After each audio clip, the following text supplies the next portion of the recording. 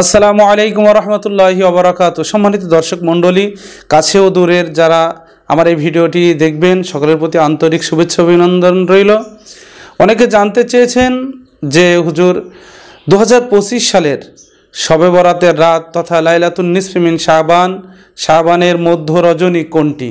জি ভাই, 2025 সালের শবে বরাতের রাত তথা লাইলাতুন নিসফি মিন শাবানের মধ্য রজনীর রাত হলো আগামী 14ই ফেব্রুয়ারি দিবাগত রাত।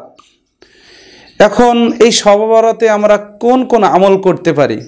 প্রথমত, আমরা এই রাত্রে নফল নামাজের মাধ্যমে আমরা এই রাতকে কাটাবো। নফল নামাজ কত রাকাত? অনেকে বিভিন্ন প্রশ্ন করে থাকেন যে কত রাকাত হুজুর? নির্দিষ্ট কোনো রাকাত সংখ্যা নাই। আপনি ধীর স্থিরভাবে যত রাকাত পড়তে পারেন, দুই রাকাত করে নফল নামাজ পড়তে থাকবেন। নিয়ত কি? নিয়ত শবে বরাতের নামাজ পড়ছি এমন কোনো নিয়ত নাই। নিয়ত হলো জাস্ট 2 রাকাত নফল সালাহ, নফল নামাজ আদায় করছি, আল্লাহু আকবার। এটি হলো শবে বরাতের রাত্রের নফল নামাজের নিয়ত। কত রাকাত পড়ব সেটি তো বললাম। আপনার যত রাকাত ইচ্ছা, যত রাকাত খুশি তত রাকাত আপনি পড়বেন। তবে মনে রাখতে হবে, নফল নামাজ আদায় করতে গিয়ে যেন ফজরের ফরজ সালাহ কাজা না হয়ে যায়, ছুটে না যায়। 2 নম্বর, শবে বরাতের রোজা 2টি রাখা। একটি হলো আগের দিন, আরেকটি হলো নির্দিষ্ট দিন, অথবা নির্দিষ্ট দিন পরের আরেক দিন। অর্থাৎ যেমন 14ই ফেব্রুয়ারি দিবাগত রাত, অর্থাৎ শনিবার হলো রোজা রাখা আর রবিবার, অথবা শুক্রবার আর শনিবার, এইভাবে রোজা রাখা। এখন এই রাত্রে কি কি দোয়া করতে পারি?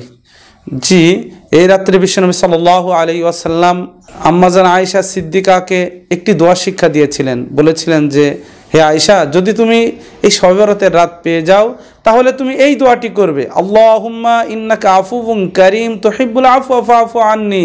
হে আল্লাহ, আপনি ক্ষমাশীল, আপনি ক্ষমা করতে ভালোবাসেন, বিধায় আপনি আমাকে ক্ষমা করুন। আমরা এই দোয়া করব, এইভাবেই মোনাজাত করতে থাকব। নিজের আকুতি, নিজের প্রয়োজন, নিজের হাজত রব্বে কারিমের দরবারে উপস্থাপন করব। তাহলে আসুন আমরা শবে বরাতের রাতকে ইবাদতের মাধ্যমে কাটাই।